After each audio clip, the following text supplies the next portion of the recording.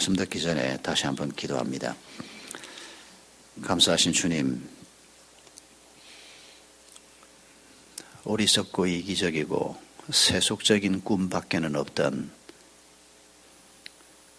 부족한 저희들에게 하나님께서는 하나님의 꿈을 꾸도록 은혜 베푸셨습니다. 17살 어린 요셉에게 그것이 무엇인지도 알지 못하는 상황이었지만 하나님께서는 꿈을 꾸게 하셨습니다.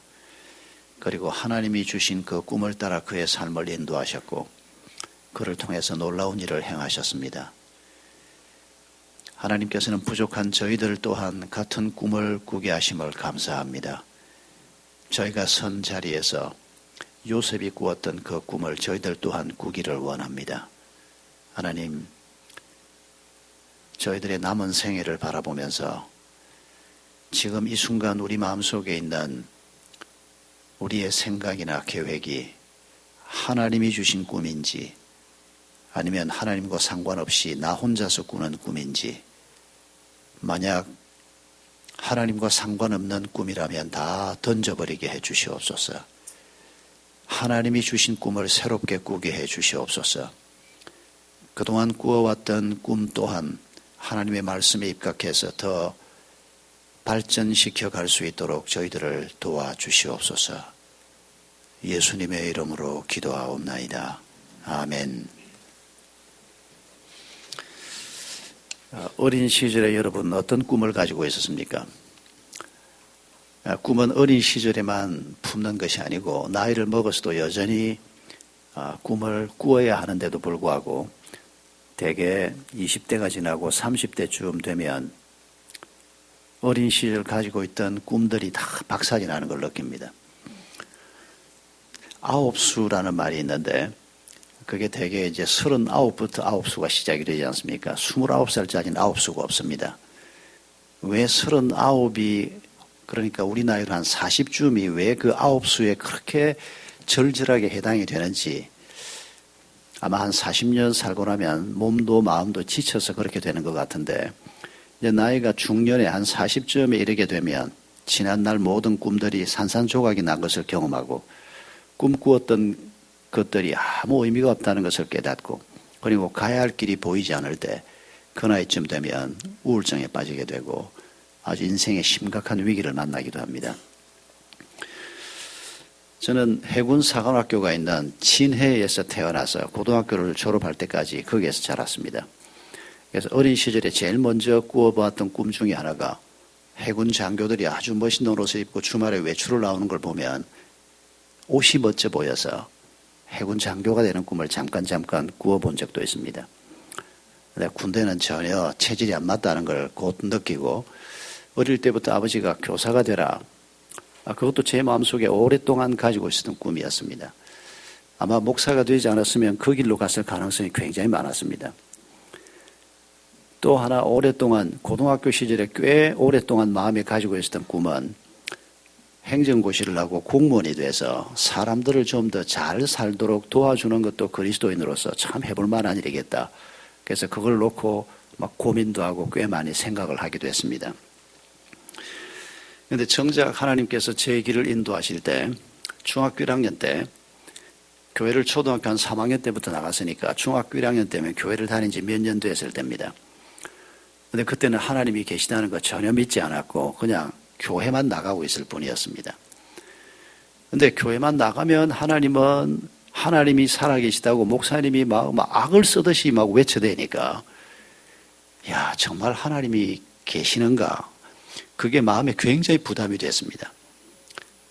그래서 어느 날 초등학교 1학년 3월 달쯤으로 생각이 됩니다만은 그날도 목사님이 주일날 이제 초등학교 1학년 때부터 주일 낮 예배를 오라고 해서 주일 낮 예배를 갔으니까 하나님이 살아계시다고, 그 하나님 앞에 회개해야 된다고, 하나님을 믿어야 된다고, 그날도 그 설교를 듣고 집에 돌아와서 일기에다가 지나가는 생각으로 만약에 하나님이 살아계신다면 내 인생에서 다른 선택은 있을 수가 없지 않겠는가.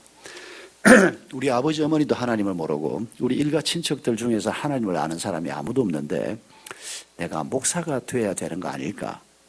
그냥 지나가는 생각을 일기에 그렇게 썼습니다. 그게 하나님이 주신 생각이라고는 정말 생각하지 못했습니다. 고등학교 1학년 때 지난 3년 동안 썼던 일기를 다시 한번 여름방학 때 정리를 하고 한번 다시 읽을 기회를 가졌습니다. 그때 보니까 중학교 1학년 3월부터 목사가 되어야 될까 아닌가 하는 생각을 여러 번 일기에 썼던 걸 발견을 했습니다. 그게 하나님이 주신 생각이고 그 생각이 꿈이 되고 그리고 그 꿈을 따라서 평생을 살게 될 거라고는 세월이 한참 지난 후에 알게 됐습니다.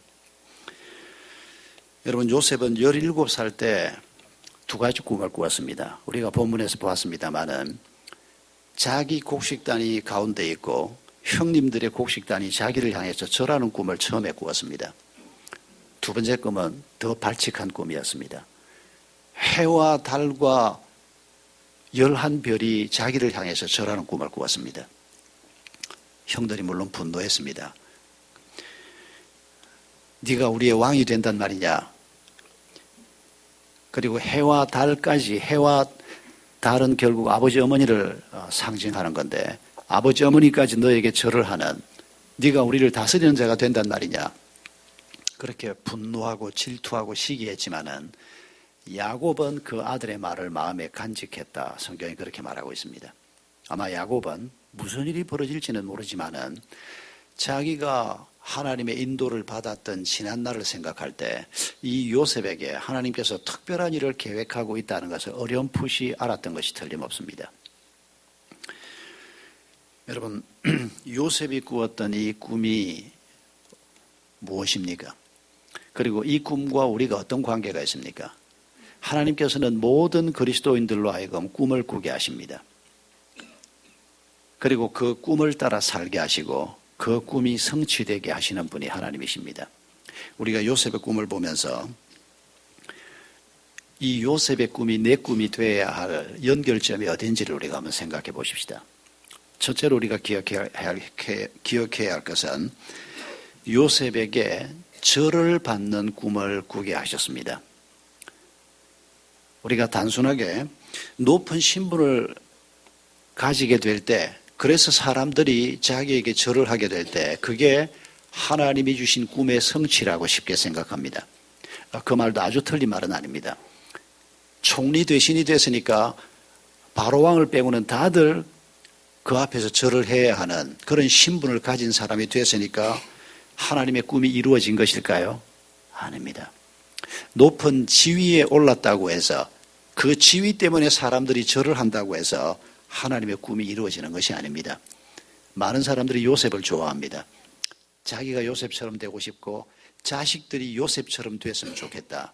그래서 요셉을 생각할 때 항상 생각하는 것이 총리처럼 높은 지위에 오르는 것, 많은 사람이 절을 하는 것, 이것만 생각하는 경우가 많습니다. 아닙니다. 그건 요셉을 우리가 반도 알지 못하는 것입니다. 하나님이 우리에게 주시는 꿈은 높은 지위에 오르는 꿈이 아닙니다. 그 지위가 높을 수도 있고 낮을 수도 있습니다. 우리가 어떤 지위에 있든지 간에 모든 사람들이 절을 하는 사람이 되어야 한다는 것입니다. 여러분, 요셉이 총리이기 때문에 단순히 절을 한 것입니까? 그것만이라면 그건 하나님의 꿈을 이룬 것이 아닙니다. 요셉은 그 꿈을 통해서 하나님이 인도하는 길을 걸어가고 있었습니다.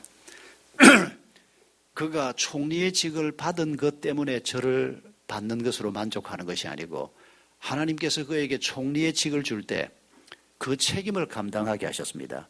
많은 사람들을 살리게 하셨습니다. 그 직을 통해서 하나님의 뜻을 이루게 하셨습니다. 그러므로 많은 사람들이 그를 절하는 것을 기억해야 합니다. 우리가 어떤 지위에 있게 되고 어떤 소유를 얻게 되고 우리가 어떤 상황에서 아주 중요한 영향력을 행사할 수 있는 사람이 되는 것도 중요하지만은 그 일을 통해서 많은 사람들에게 그 책임을 잘 감당함으로 존경받는 사람이 되는 것이 중요합니다. 그 존경이 내게 오는 것이 아니고 나를 그 자리에 세우신 하나님에게로 돌아가는 존경이어야 합니다. 요셉을 향해서 절을 할 때 사람들이 요셉을 세운 하나님께 절을 하게 되는, 하나님의 이름이 드러나게 되는, 그게 바로 하나님이 원하시는 꿈인 것을 우리가 기억해야 합니다. 우리가 지금 현재 우리가 처해 있는 자리가 어떤 자리든지 간에 남편의 자리, 아내의 자리, 부모의 자리, 자식의 자리, 지금 우리가 처해 있는 자리가 있지 않습니까? 거기에서 우리가 단순히 더 높은 자리, 더 돈이 많이 생기는 자리, 사람들이 부러워하는 자리로 나아가면 된다? 아닙니다. 그건 하나님의 꿈이 아닙니다. 지금 현재 우리가 있는 자리에서부터 사람들이 우리에게 절하는, 우리가 그 책임을 감당하고 사람을 살리는 자가 되고 하나님이 주신 뜻을 이루는 일을 위해서 우리가 한 걸음 한 걸음 나아갈 때 사람들이 존경하게 되고 우리 속에서 역사하시는 하나님으로 말미암아 사람들이 절을 하게 되는 바로 이런 자리로 나아가는 꿈을 우리가 꾸어야 하는 것입니다. 언더우드 선교사님의 꿈 얘기를 다시 한번 우리가 마음에 품었으면 합니다. 언더우드 선교사님은 한국의 조선 땅에 선교사로 들어왔던 최초의 목사님 두 분 중에 한 분입니다. 이분들이 조선 땅에 들어오기 1년 전에 알렌 선교사라는 분이 의사로서 사실은 최초의 선교사입니다. 한국에 와서 살면서 복음을 위해서 섬겼던 알렌 선교사가 있었고 그 이듬해에 아펜셀러와 언더우드 선교사님이 조선 땅에 들어왔습니다. 지금부터 130여 년 전에 있었던 일입니다. 이 젊은 선교사님들이 한국에 와서 조선 땅에 와서 지내면서 그때 그들이 언더우드 선교사님이 했던 기도문을 아마 여러분이 한두 번은 다 접해 보셨을 것입니다. 그 기도문의 일부를 다시 한번 읽어보겠습니다. 주님, 메마르고 가난한 땅, 나무 한 그루 자라오르지 못하고 있는 땅에 저희들을 옮겨와 심으셨습니다. 그 넓고 넓은 태평양을 어떻게 건너왔는지 그 사실이 기적입니다. 주님께서 붙잡아 뚝 떨어뜨려 놓으신 듯한 이곳, 지금은 아무것도 보이지 않습니다. 보이는 것은 고집스럽게 얼룩진 어둠뿐입니다. 어둠과 가난과 인습에 묶여있는 조선 사람들 뿐입니다. 그들은 자기네들이 왜 묶여있는지도 그것이 고통이라는 것도 모르고 있습니다. 고통을 고통인 줄 모르는 자에게 고통을 벗겨주겠다 하면 의심부터 하고 화부터 냅니다. 조선 남자들의 속셈이 보이지 않습니다. 이 나라 조정의 내심도 보이지 않습니다. 가마를 타고 다니는 여자들을 영영 볼 기회가 없으면 어쩌나 합니다. 조선의 마음이 보이지 않습니다. 그리고 저희가 해야 할 일도 보이지 않습니다. 그러나 주님 순종하겠습니다. 겸손하게 순종할 때 주께서 일을 시작하시고 그 하시는 일을 우리들의 영적인 눈이 볼 수 있는 날이 있을 줄 믿습니다. 믿음은 바라는 것들의 실상이요 보지 못하는 것들의 정근이라고 하신 말씀을 따라 조선의 앞날을 볼 수 있게 될 것을 믿습니다. 지금은 우리가 황무지 위에 맨손으로 서 있는 것 같사오나 지금은 우리가 서양 귀신이라고 손가락질을 받고 있사오나 우리 모두가 하늘나라의 한 백성 한 자녀임을 믿고 눈물로 기뻐할 날이 있음을 믿나이다. 지금은 예배드릴 예배당도 없고 학교도 없고 그저 경계와 의심과 멸시와 천대함이 가득한 곳이지만 이곳이 머지않아 은총의 땅이 되리라는 것을 믿습니다. 130년 전에 이 땅에 왔던 젊은 선교사님이 이런 꿈을 꾸면서 한 생을 바쳤습니다. 아마 언더우드 선교사님이 오늘도 많은 한국인들이 또 이 자리에 많은 사람들이 와서 하나님의 이름을 부르고 있는 이 모습을 그분이 본다면 아마 감격해 마지 않을 것입니다. 여러분, 이런 꿈을 가지고 사는 것을 하나님께서 지금 요셉에게 말씀하고 있는 것입니다. 요셉의 가문이 광영을 얻는다. 요셉이 영광을 받는다. 예, 하나님 때문에 우리가 그럴 수도 있습니다. 그러나 하나님이 영광을 받으시는 것입니다. 야곱의 집안이 광영을 얻는 것이 중요하고 박씨 집안이 김씨 집안이 잘 되는 것이 중요한 게 아니고 하씨 집안이 잘 돼야 되는 것입니다. 남 얘기하는 것 같아서 얼른 감이 안 오십니까? 우리가 하나님 집의 자녀니까 하시들입니다. 다. 하나님 집안이 일어서야 하는 것입니다. 하나님의 뜻이 이루어져야 하는 것입니다. 그것 때문에 지금 요셉을 하나님이 세우고 있고 하나님이 총리로 요셉을 세우려고 하시는 것입니다. 당신이 지금 그 자리에 있는, 그 자리에서 그렇게 일을 하고 있는 그 남편, 그 아내와 더불어서 가정을 세우고 있는 그 자녀들을 섬기면서 부모 노릇을 하고 있는 그게 바로 하나님의 뜻을 이루기 위해서입니다. 그걸 우리가 잘 감당함으로 사람들이 요셉에게 절하는 것처럼 자녀들은 부모에게 절할 것이고 우리가 섬기는 사람들이 우리에게 존경을 표하는 이런 꿈을 가지고 인생을 살라고 말씀하는 것입니다. 우리가 또 한 가지 기억해야 할 것은 죄를 이기는 꿈을 꾸어야 한다는 것입니다. 하나님께서 이 37장 전후에서 야곱 자녀들의 죄성에 대해서 우리에게 아주 구체적으로 적시하고 있습니다. 야곱이 어린 시절부터 여러 가지 문제에 많이 휩싸였습니다마는 오늘 본문에서도 나이 든 야곱, 이제 믿음도 깊어지고 연륜도 깊어지고 많이 바뀌었지만은 그러나 여전히 나이 드신 노인이신 이 야곱이 문제를 안고 있는 것을 보여주고 있습니다. 그가 가장 사랑했던 아내 라헬이 죽었습니다. 요셉은 라헬이 낳은 첫째 아들입니다. 둘째 아들 베냐민을 낳다가 낳은 후에 그가 죽지 않습니까? 요셉을 이렇게 사랑했던 이유가 그가 사랑했던 라헬의 아들이었기 때문입니다. 그래서 채색 옷을 입히고 일도 안 내보냅니다. 형들은 전부 나가서 뭐 양을 치고 뭐 일을 하는데 아주 좋은 옷 입고 집에서 아버지 옆에 있고 형들이 뭐 잘못하면 잘못한 거 고자질하고 아주 형들이 싫어할 수밖에 없는. 그런데 야곱이 그 라헬 때문에 요셉을 더 사랑할 수밖에 없고 또 요셉이 그 형들이 여러 가지 잘못을 많이 범하는 데 비해서 아버지 사랑을 받을 만한 반듯한 아들이었던 것이 사실인 것 같아 보입니다. 37장에 그렇게 시작을 합니다. 그러나 야곱의 편에는 가정에 폭풍을 몰고 오는 시작점이 되고 있는 것을 성경이 우리에게 말하고 있습니다. 형들의 질투와 다스려지지 않는 분노, 이걸 본문이 아주 소상하게 언급하고 있습니다. 4절에 보면 아버지가 요셉을 편애하니까 그 요셉을 미워해서 편안하게 요셉과 얘기할 수 없었다고 얘기합니다. 형제간인데 불구하고 편안하게 얘기를 하지 못한다. 여러분, 부부간에도 이런 일이 쉽게 생기지 않습니까? 서로 뭔가 문제가 생기면 그게 빨리 회복이 돼야 하는데 편안하게 대화가 되지 않는, 가족들 사이에도 이런 일이 흔히 벌어지고 교회 공동체 안에서도 이런 일이 흔히 벌어집니다.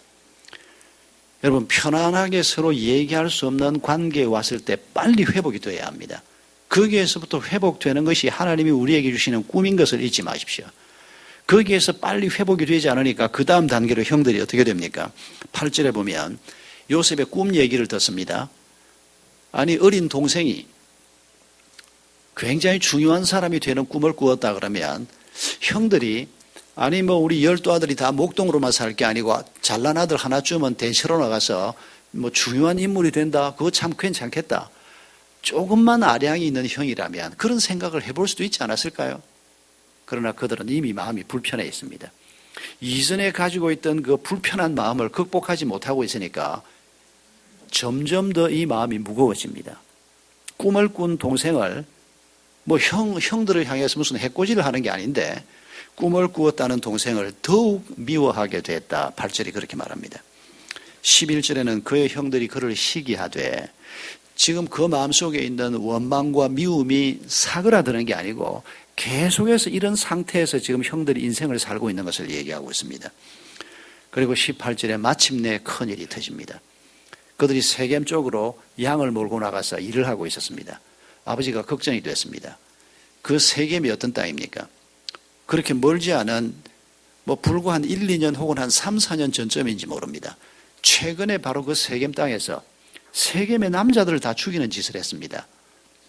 그런데 지금 자기 아들들이 양떼를 몰고 그 세겜 근처에서 목축을 하고 있는데 혹시 옛날 일을 기억하고 있는 사람들이 자기 자식들을 해코지할까 걱정이 되니까 세겜으로 아들 요셉을 보내는 겁니다. 형들의 안부를 확인을 하고 와라.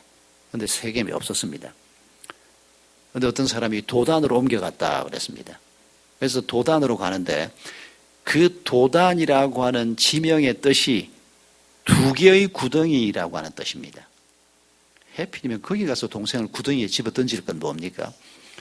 그러니까 이 이름 자체가 지금 사건들이 어떻게 벌어지고 진행이 될지를 암시하는 그런 이름입니다. 이 도단은 당시에 야곱이 머물고 있던 헤브론에서 약 한 80km쯤 떨어진 곳입니다. 지금도 80km면 가까운 길은 아닙니다만은 여러분 걸어 다니던 그 당시에 80km는 엄청나게 먼 곳입니다. 초지를 찾아서 양떼를 몰고 계속 움직이다가 도단까지 가게 된 겁니다. 형들이 멀리서 보니까 채색 옷을 입은 동생이 나타났습니다. 그때 뭐라고 말합니까? 저기 꿈꾸는 자가 온다. 여러분 지금 형들이 질투심에 가득 차서 저기 꿈꾸는 자가 온다. 그 꿈이 하나님이 주신 꿈인지 아닌지 모른다고 하더라도 이 형들이 지금 이 분노와 질투심 때문에 너무 마음이 좁아져 있는 걸 우리에게 보여주는 겁니다. 누군가가 그런 꿈을 가지고 있다면 우리가 그걸 격려하고 축하할 수도 있는데 내가 그 사람을 싫어하고 내가 꼴보기 싫어하니까 그 사람을 마음껏 축복하지 못하는 것은 물론이고 결국 어디까지 갑니까? 형이 동생을 죽이기로 결정하는 자리에까지 갑니다. 여러분 이 순서를 우리가 잘 기억해야 합니다. 편안하게 말을 할 수 없는 상태로부터 시작해서 원망하고 미워하고 그 미움이 계속 정폭이 되고 그리고 마침내는 동생을 죽이기로 결정하는 이런 큰 범죄의 자리까지 들어가게 되는 겁니다. 큰형 르우벤이 동생을 죽이면 안 된다고 만류합니다. 르우벤이 자리를 비운 사이에 유다가 설득을 해서 구덩이에 집어넣었던 이 요셉을 피를 흘려서는 안 된다. 그래서 노예로 팔게 됩니다. 그나마 생명은 구명을 받게 됩니다. 이것이 하나님의 계획인 것을 그들은 알 길은 없었습니다. 여러분 우리 마음속에 우리가 품게 되는 분노, 시기, 질투, 관계가 깨져서 편안하게 말을 주고받지 못하는 상태, 여러분 이것들을 가볍게 여기면 안 된다는 것입니다. 이것들을 극복하지 못하면 점점 상황이 나빠진다는 겁니다. 결국 하나님의 계획을 무시하는 자가 되고 혹시라도 이렇게 생각하면 안 됩니다. 그 형들이 그렇게 시기 질투하고 결국 동생을 팔아서 이집트까지 보냈으니까 하나님의 뜻이 이루어진 거 아니냐? 아닙니다, 여러분. 이 악행에 대해서는 그들이 고통받아야 하고 이 악행에 대한 책임은 전적으로 형들이 져야 하는 겁니다. 하나님은 그 악행 속에서 선한 일을 행하시고 수습하신 분일 뿐이지 그 악행에 대해서는 하나님이 조금도 칭찬하지 않을 것입니다. 시몬과 레위가 벌였던 살인, 그게 야곱 일가에 미쳤던 영향을 우리가 앞부분에서 봤습니다만 이 잔혹함을 보십시오. 내가 상처를 받았다고 해서 몇 배로 돌려주고 싶어하는, 여러분 이건 시몬 레위만 가지고 있는 게 아니고 우리 모두가 다 가지고 있는 생각입니다. 나는 지금까지 살면서 그런 일은 없는데 이렇게 생각하는 분이 계십니까? 혹시 당신은 죄인이 아니고 천사입니까? 우리 자신에 대한 묵상이 부족해서 우리가 우리 자신의 내면에 있는, 그리고 이게 불쑥불쑥 나타나는 이 죄의 모습을 보지 못하고 있을 가능성이 많습니다. 부부싸움 할 때 어떻게 합니까? 기분이 딱 나쁘면 어떻게 하면 이 인간한테 꽉 좀 상처가 되는 말을 한마디 해줄까 하고 막 온갖 단어를 찾아 헤매던 이런 날이 없었습니까? 어떤 사람은 또 그러지는 않더라고요, 또. 그런데 그런 일들이 대부분의 부부들에게서 일어납니다. 우리의 연약함이 그렇게 나타나는 겁니다.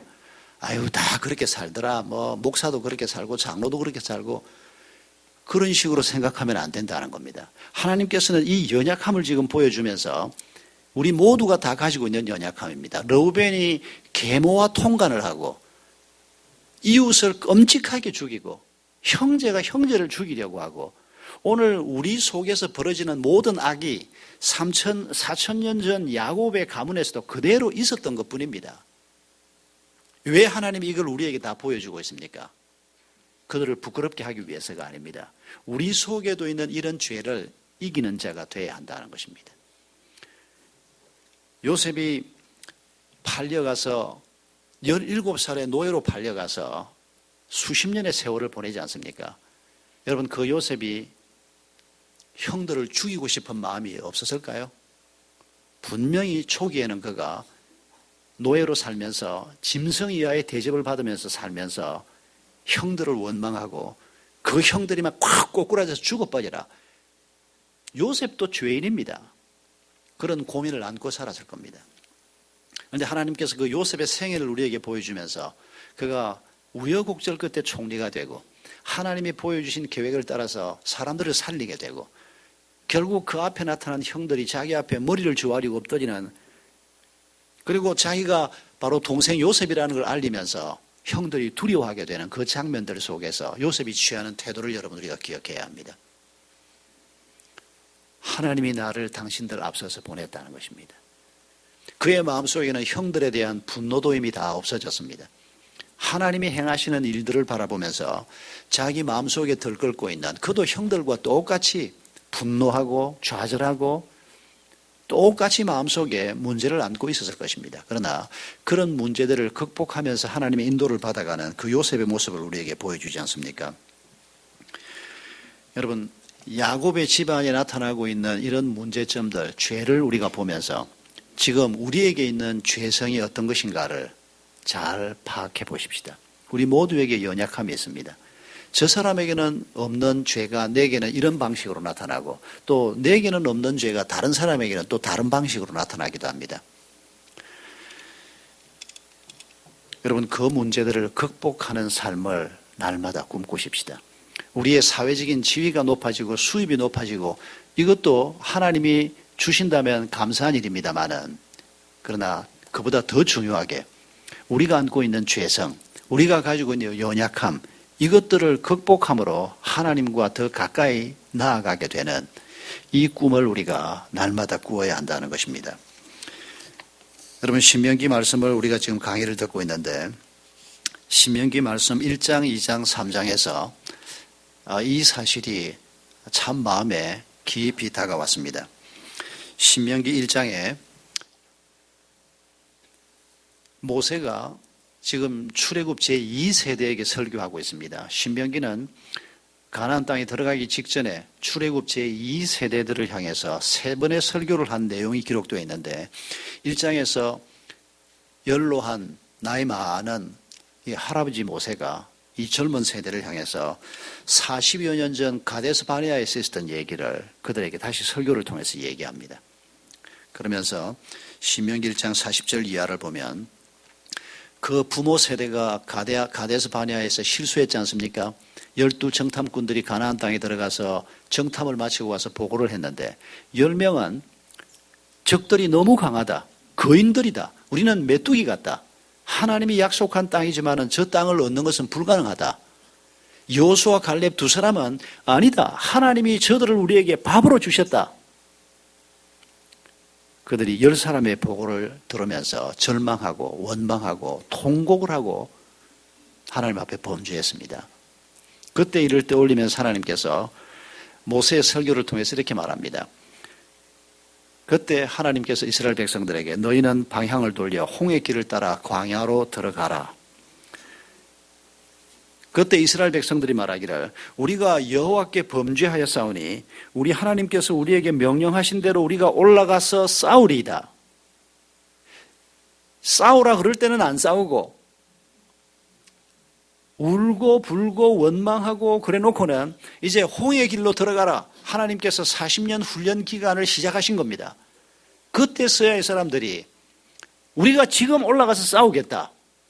모세가 하나님의 음성을 그대로 전했습니다. 너희는 올라가지 말라, 싸우지도 말라. 내가 너희 중에 있지 아니하니 너희가 대적에게 패할까 하노라. 하나님이 이렇게 말씀하셨다. 그런데도 올라갑니다. 대패를 합니다. 하나님의 말씀에 불순종하는 죄성. 여러분, 이게 1장에서 다시 한번 설명되고 있습니다. 그리고 2장, 3장에서 어떤 말씀이 나옵니까? 이 출애굽 제2세대에게 2장 31절을 보면 하나님께서 말씀하십니다. 이제 시혼을 쳐라. 그 땅을 내가 너희들에게 주겠다. 시혼을 칩니다. 그 땅을 얻습니다. 3장에서는 1절 2절을 보면 바산왕 옥을 치라. 그 땅도 너희 손에 붙이겠다. 하나님의 말씀에 순종해서 공격을 해서 승리를 얻습니다.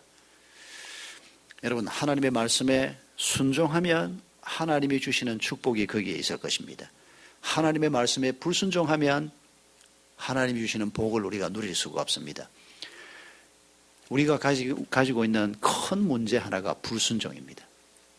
주인 되신 하나님의 음성을 따라 길을 가려고 하지 않고 나 좋은 대로, 나 편한 대로, 내가 생각한 대로, 여러분 이 문제에서 벗어나서 좀 힘이 들더라도, 좀 수고스럽더라도 하나님의 뜻이 무엇일까?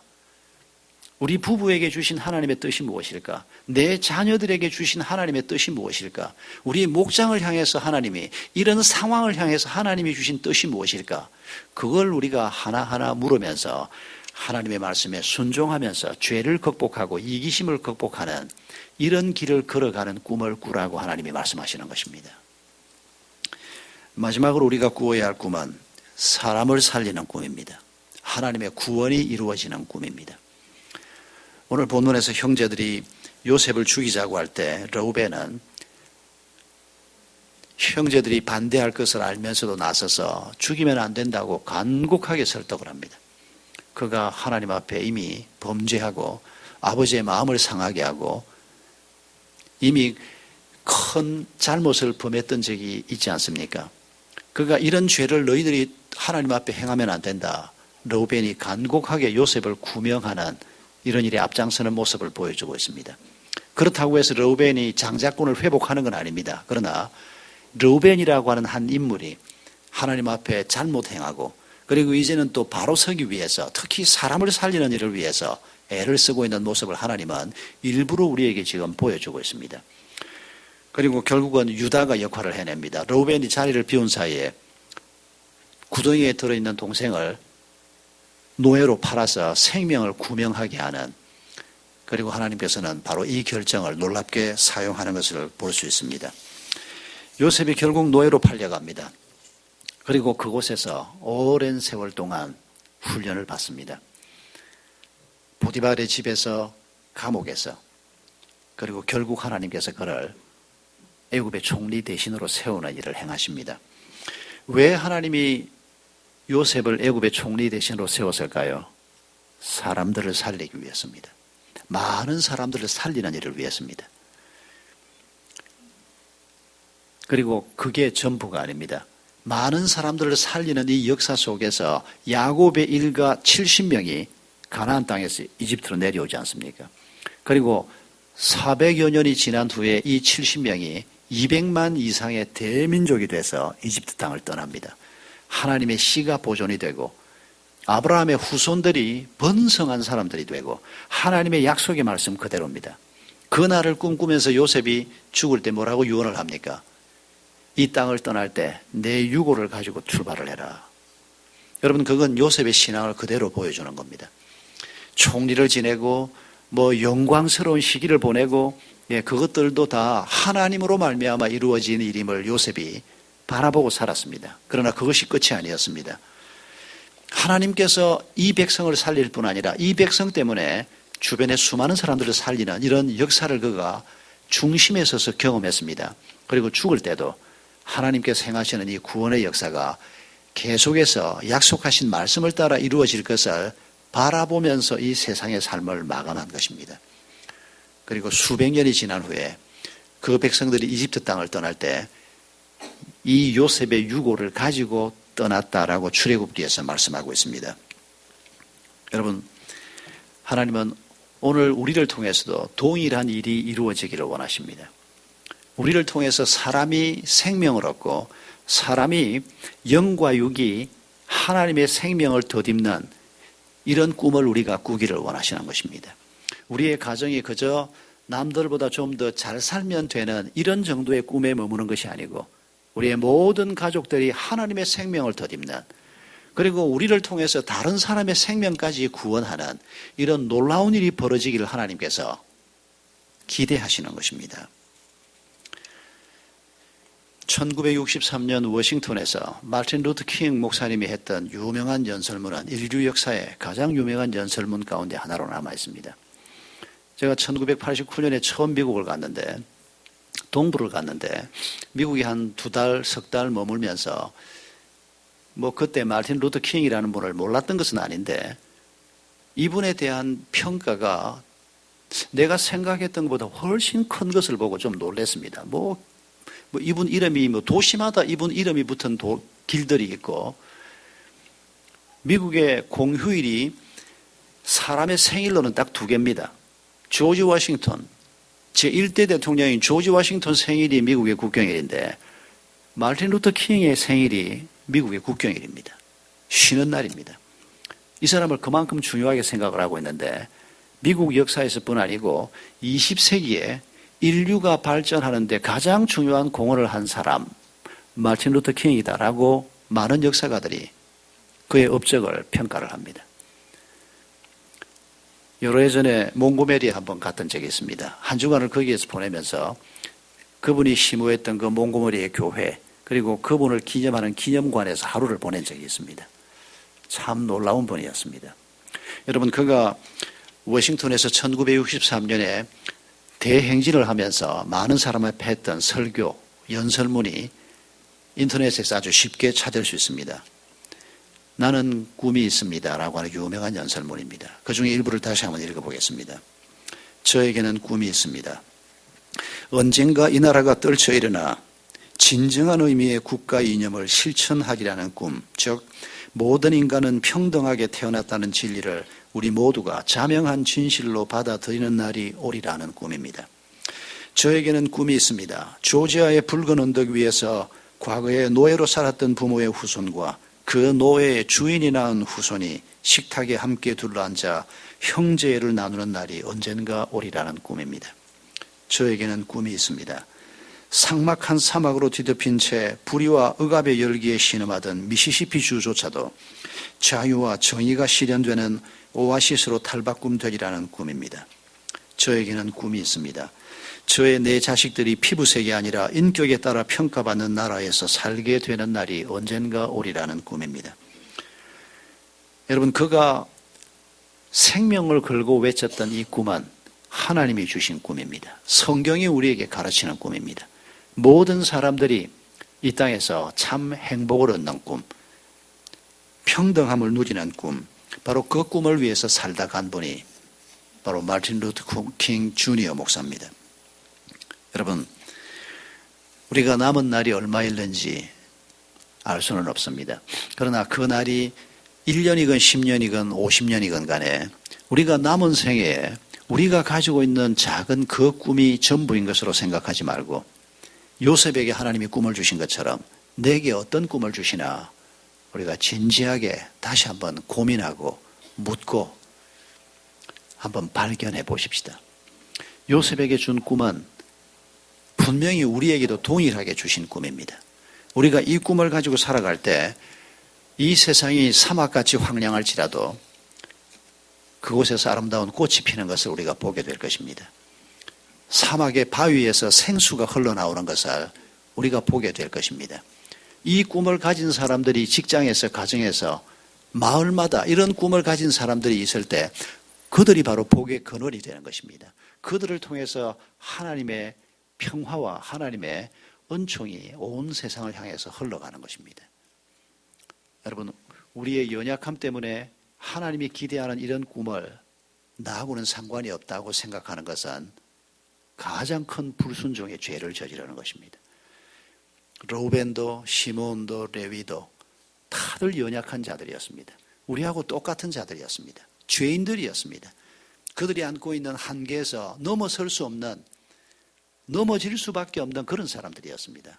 그러나 하나님께서는 그들을 부르시고 요셉만 쓰신 것이 아니고 요셉이 가지고 있는 그 꿈을 그들에게 보여주면서 그들 모두를 하나님께서 쓰시면서 이스라엘 공동체의 기초가 되게 하신 것입니다. 여러분, 오늘도 우리가 하나님께서 우리를 인도하시는 이 길을 함께 나아가기로 하나님 앞에 작정하십시다. 결단하십시다. 우리 함께 하나님을 찬송하겠습니다. 너의 가는 길에 주의 평강이 있으리